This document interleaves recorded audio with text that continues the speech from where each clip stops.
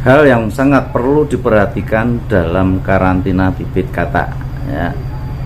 Bagaimana cara menyimpan, bagaimana kita melihat situasi kondisi dari tempat karantina.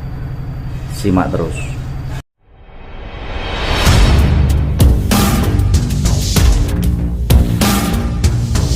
Assalamualaikum warahmatullahi wabarakatuh.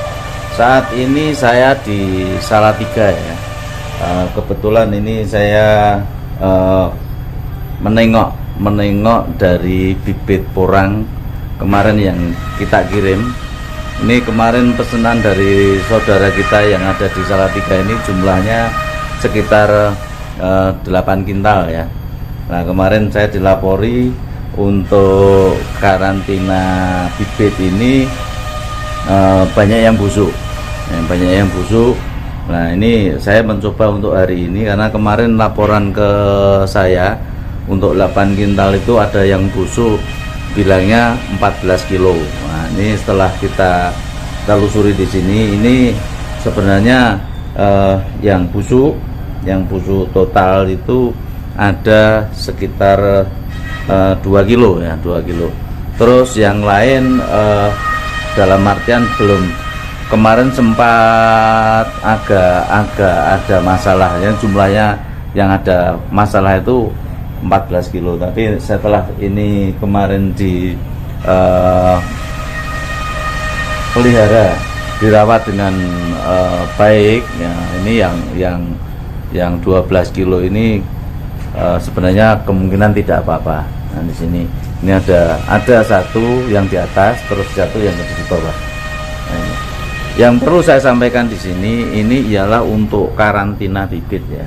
Karantina bibit katak terutama di sini itu perlu sangat diperhatikan, yakni masalah di mana kita karantina.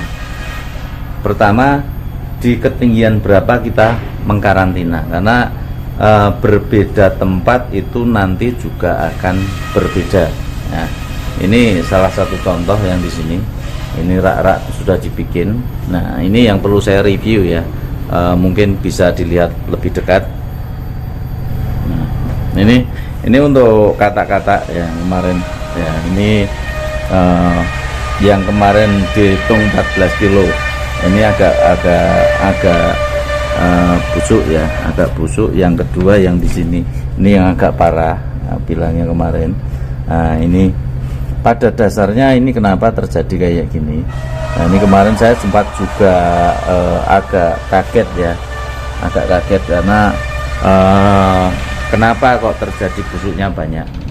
Ternyata setelah saya lihat untuk lokasi penyimpanan. Nah, ini pertama di MDPL ya. Ini kebetulan yang di sini itu MDPL-nya sekitar 600, MDPL 600. Darahnya lumayan dingin. Nah, yang kedua, di ketinggian MDPL ini tolong nanti diperhatikan ya, jarak antara rak ya, ini kemungkinan terlalu rapat ya, Nah, pertama itu mungkin lebih baik kalau di MDPL yang tinggi itu pembikinan raknya itu jaraknya cukup lumayan. Ini cukup lumayan, sekitar setengah meter. Ini pertama. Kalau di MDPL rendah, jarak yang sekian ini biasanya itu bukan busuk, tapi malah jadinya kering. Nah, ini perlu diwaspadai ya. Apabila kita karantina di MDPL-nya tinggi, ini tolong untuk jaraknya nanti diperlebar. Tapi kalau di MDPL rendah, nah ini jaraknya diperhatikan, dibikin serapat mungkin, supaya nanti kalau di MDPL rendah itu tingkat kekeringannya kurang. Tapi kalau di MDPL tinggi ini karena tempatnya dingin, nah ini tolong dibikin untuk jaraknya lebih renggang. Itu yang pertama. Yang kedua, setelah saya melihat di sini, ini sirkulasi udaranya tidak kurang maksimal ya, karena di sana itu ditutup dengan seng rapat ya. Dan ini ada pintu masuk, ini pun kalau pintunya kita tutup ini gelap sekali. Nah ini gelap sekali ya. Jadi kalau kita lihat di sini, ini sebenarnya kalau posisi yang demikian ini yang lebih dikhawatirkan nanti justru bukan masalah kalau busuknya mungkin sedikit bisa tidak begitu banyak ya, tapi yang dikhawatirkan nanti ini bibit akan tumbuh tunasnya sebelum masa tanam. Nah ini berarti untuk petani nanti harus ekstra. Ini kita coba lihat ke sini. Nah, terus yang kedua nih, ini tadi sudah saya bikin untuk sharing dengan saudara kita yang di sini untuk merubah untuk dinding nanti dibongkar supaya cahayanya juga masuk. Yang keduanya juga untuk sinar matahari, dalam artian bukan secara langsung ya, tapi sinar matahari itu bisa masuk, ada cahaya. Ini tidak terlalu lembab, tidak terlalu pengap, terus sirkulasi udaranya jalan. Nah kemarin sempat jika dikipasi kayak gini, ini berpengaruh sekali ya untuk bibit akhirnya dengan adanya kipas, sirkulasi udara yang bagus, itu akhirnya juga bibitnya menjadi baik. Ini jumlah total kemarin kita kirim ke sini itu 8 kintal ya, 8 kintal. Untuk yang busuk total itu ada 2 kilo. Nah ini 2 kilo ya. Makanya untuk bibit itu sebenarnya kalau saat ini kita katakan itu pasti ada yang busuk 1-2, itu wajar sekali ya. Kecuali kalau nanti bibit di bulan 8, pasti yang busuk yang ini sudah terkarantina, pasti sudah dipilih kayak gini. Nah ini dalam merawat bibit tolong nanti untuk diperhatikan ya, diperhatikan untuk MDPL 1 ketinggiannya berapa. Yang kedua nih masalah udara, sirkulasi udara supaya tidak pengap, tidak terlalu lembab. Terus yang ketiga nih juga nanti untuk ini, nah ini perlu diperhatikan. Ini kalau di daerah yang lembab ini usahakan untuk bibit itu tidak saling menumpuk ya, dibikin rata.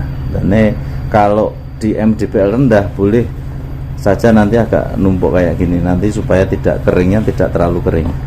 Resiko untuk bibit pasti 1 untuk kering dan untuk busuk. Kalau sebenarnya untuk bibit yang kita kirim itu biasanya sudah kita karantina minimal 1 bulan ya, harusnya sudah aman. Kalau ada dari 8 kintal busuk sekitar 2 kilo itu 1,8 ini kemarin. Ada beberapa yang dibuang kemarin, mungkin totalnya 2 kilo. Nah ini sebenarnya sangat wajar sekali dan itu tidak ada masalah. Yang jelas kembali lagi kita sarankan untuk penyimpanan di MDPL tinggi itu nanti itu bibit dibikin jangan sampai menumpuk. Pertama itu, yang kedua raknya nanti dibikin lebih jarang, jarak setengah meter. Terus yang ketiga untuk dinding itu dibikin supaya udara itu masuk ya, dibikin jangan tertutup rapat, apalagi kalau ini ya, ini kemungkinan nanti terlalu mepet ya. Makanya kita sarankan kemarin ini coba dibongkar yang di sini nanti, terus yang di sini juga dibongkar, nanti dibikin jaraknya yang batasnya di bawah sini. Ini untuk sinar matahari nanti bisa di dalamnya terang, terus angin sirkulasinya jalan ya. Itu yang mungkin bisa sampaikan. Terus yang perlu sekali ditegaskan bahwa yang perlu ditakutkan itu justru malahan dari bibit ini nanti itu tadi akan tumbuh sebelum masa tanam. Nah, kalau mungkin bibit kita cuman sedikit, mungkin bisa kita siasati dengan polybag. Tapi kalau bibitnya sudah banyak sekali, saya yakin itu nanti akan kewalahan ya, kewalahan dalam kita nanti untuk mengkarantina. Nah, mungkin dari saya cukup sekian. Terima kasih. Billahi taufiq wal hidayah. Wassalamualaikum warahmatullahi wabarakatuh.